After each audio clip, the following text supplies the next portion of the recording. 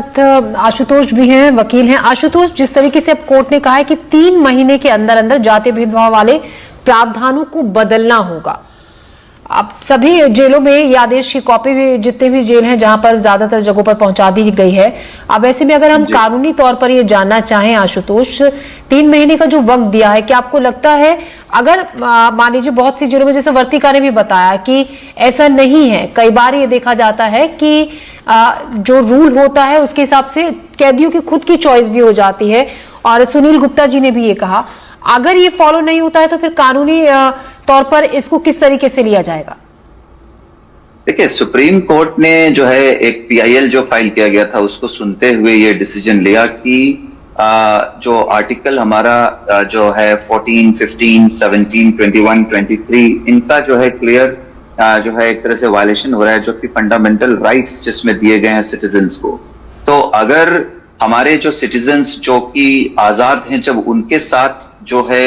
ये fundamental rights applicable है, तो उसी तरीके से जो अंडर ट्रायल प्रिजनर हैं या फिर कन्विक्टेड प्रिजनर्स हैं जो जेल के अंदर हैं, उनको भी जो है फंडामेंटल राइट जो है वो उनके लिए भी जो है अप्लाई करता है। और उसी को ध्यान में रखते हुए सुप्रीम कोर्ट ने जो है निर्देश दिए हैं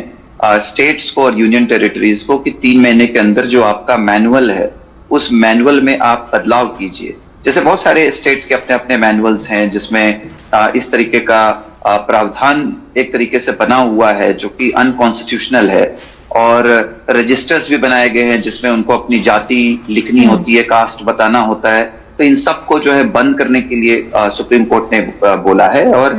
3 महीने के अंदर अगर ये नहीं होता है जैसे आपने पूछा, तो ऑब्वियसली ये जो है एक तरह से clear cut contempt of court हो सकता है और कोर्ट इस पे वो मोटो एक्शन भी ले सकता है। तो मुझे लगता है कि जितने भी स्टेट्स हैं, यूनियन टेरिटरीज हैं, वो ऑब्वियसली इसको सीरियसली लेंगे, और जितने भी उनके वहां स्टेट्स में या यूनियन टेरिटरीज में जो भी जेल हैं, ऑथोरिटीज हैं, उनको वो इंटीमेट करेंगे और अकॉर्डिंगली जो है मैनुअल्स में जो है बदलाव करेंगे। और यही एक्सपेक्टेशंस जो है सुप्रीम कोर्ट लेकर के चल रहा है। और ये कोई नई बात नहीं है, ये जात पात जो है हमारे यहाँ जो है इंडिया में बिल्कुल इसको एक तरह से एबोलिश किया हुआ है कि इस तरह से इसका डिस्क्रिमिनेशन नहीं होना चाहिए। ये आज की बात नहीं है। देखिए, जब से हमारा संविधान बना है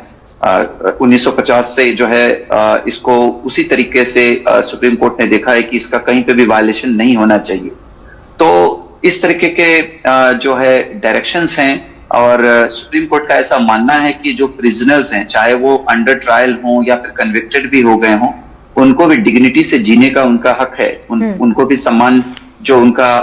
हक है वो मिलना चाहिए, उनको सम्मान मिलना चाहिए, उनको एक जो अपना उनका डिग्निटी और रिस्पेक्ट जो है वो उनका बरकरार होना चाहिए। उनको डिस्क्रिमिनेट नहीं करना चाहिए